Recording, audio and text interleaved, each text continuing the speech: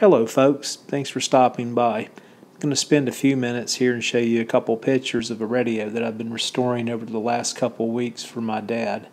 The radio is a model 487. It was actually manufactured by Western Auto Supply and is actually branded Western Air Patrol. The model is closer to a model 587 with a chassis of W835. The radio has 8 tubes, with one of the tubes being a 6U5 green eye tube. In addition, the radio has 3 bands. The broadcast band is 525 to 1750 kilocycles, with the second band being 1700 to 5800 kilocycles, and the third band 6400 to 18,000 kilocycles. You probably notice that the radio has a considerable amount of rust on the chassis, the transformer, and associated hardware. It appears that a few mice had a party at one point in time. Just a few more photos of the top of the chassis and the back of the chassis, showing again the model number that I referenced, as well as the licensed radio by RCA. The speaker plug on the back, and here's the tuning assembly that I actually removed from the radio just to prep it for the restoration.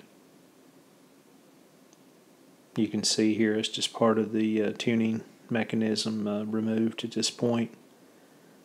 Another quick look at the top side of the chassis and the side of the chassis facing the variable capacitor.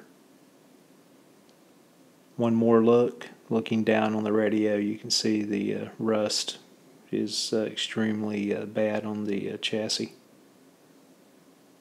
Grommets will need to be replaced on the variable capacitor as well.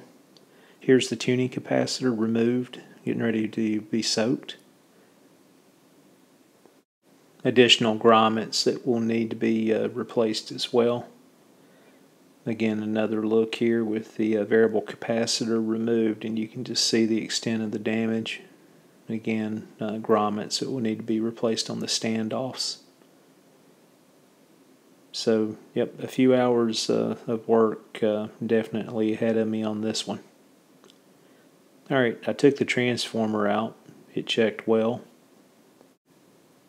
The transformer, I applied navel jelly to it, then just kind of finished it off with some Mother's polish and just brought it back to a natural state, so there's no paint or anything applied. Here's a quick look at the chassis with the navel jelly. Just again applying it for hours at a time, letting it work to break a lot of the rust loose, and then again I ended up having to use sandpaper as well, just to try to get rid of the majority of the rust. You can see I've worked from right to left and got about half the chassis cleaned up. Again, work continues here on the chassis at this point in time. You can see I got the antenna coils exposed. Here's a quick look at the top of the chassis being taped out. Here's the chassis with the primer applied, and another shot with the primer applied.